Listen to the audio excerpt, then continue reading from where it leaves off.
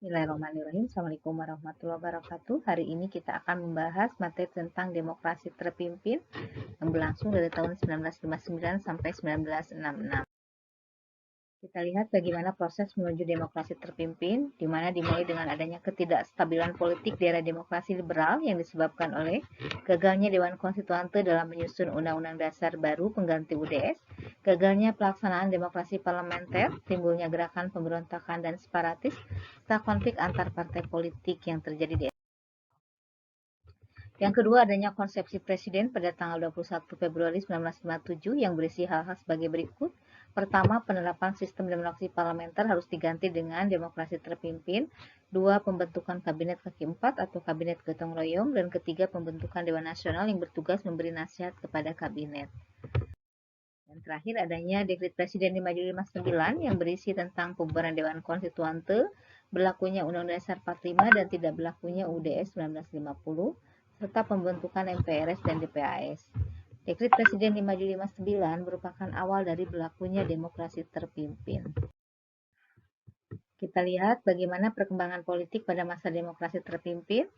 Yang pertama, adanya pembentukan kabinet. Yang kedua, pembentukan DPAS.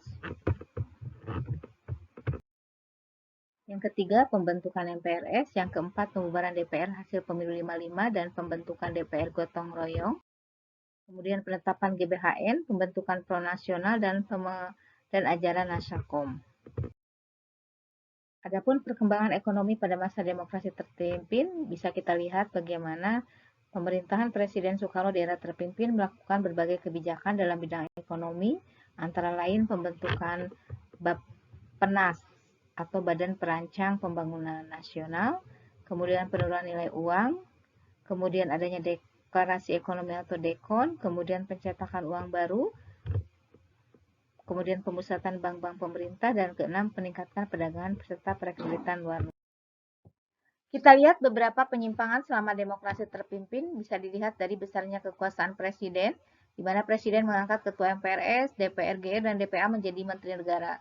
Soekarno diangkat oleh MPRS sebagai presiden seumur hidup, pidato presiden dijadikan GBHN, presiden membubarkan DPR hasil pemilu, presiden mengeluarkan produk hukum yang setingkat undang-undang dalam bentuk Penpres atau penetapan presiden, presiden menghapus jabatan wakil presiden, presiden menyederhanakan partai politik.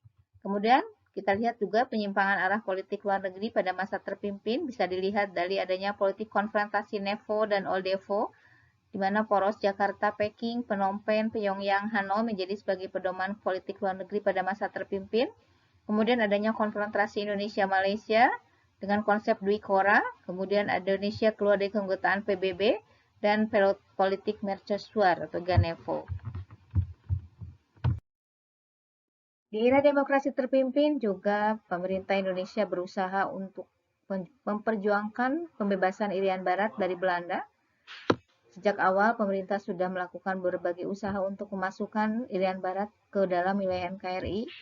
Dimulai dari perjuangan diplomasi, diawali pada masa Kabinet Natsir, kemudian pada saat konferensi Asia Afrika, di PBB itu sendiri, kemudian langkah yang dilakukan selanjutnya adalah konfrontasi politik ekonomi, dilakukan dengan cara pembatalan hasil perjuangan KMB secara sepihak, pembentukan Provinsi Irian Barat, pemogokan kerja buruh di perusahaan Belanda, pelarangan maskapai penerbangan Belanda, nasionalisasi perusahaan Belanda. Kemudian yang ketiga adalah konfrontasi militer, ditandai dengan pembelian senjata dari Uni Soviet, mengadakan lawatan ke berbagai negara untuk mendapatkan dukungan, dan terakhir adalah Trikora atau tiga komando rakyat.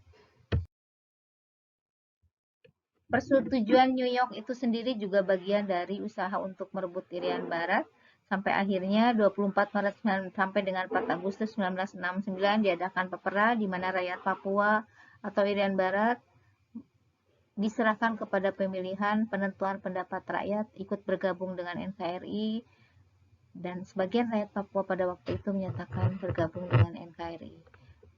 Untuk materi demokrasi terpimpin diakhiri cukup sekian. Terima kasih atas perhatiannya. Assalamualaikum warahmatullahi wabarakatuh.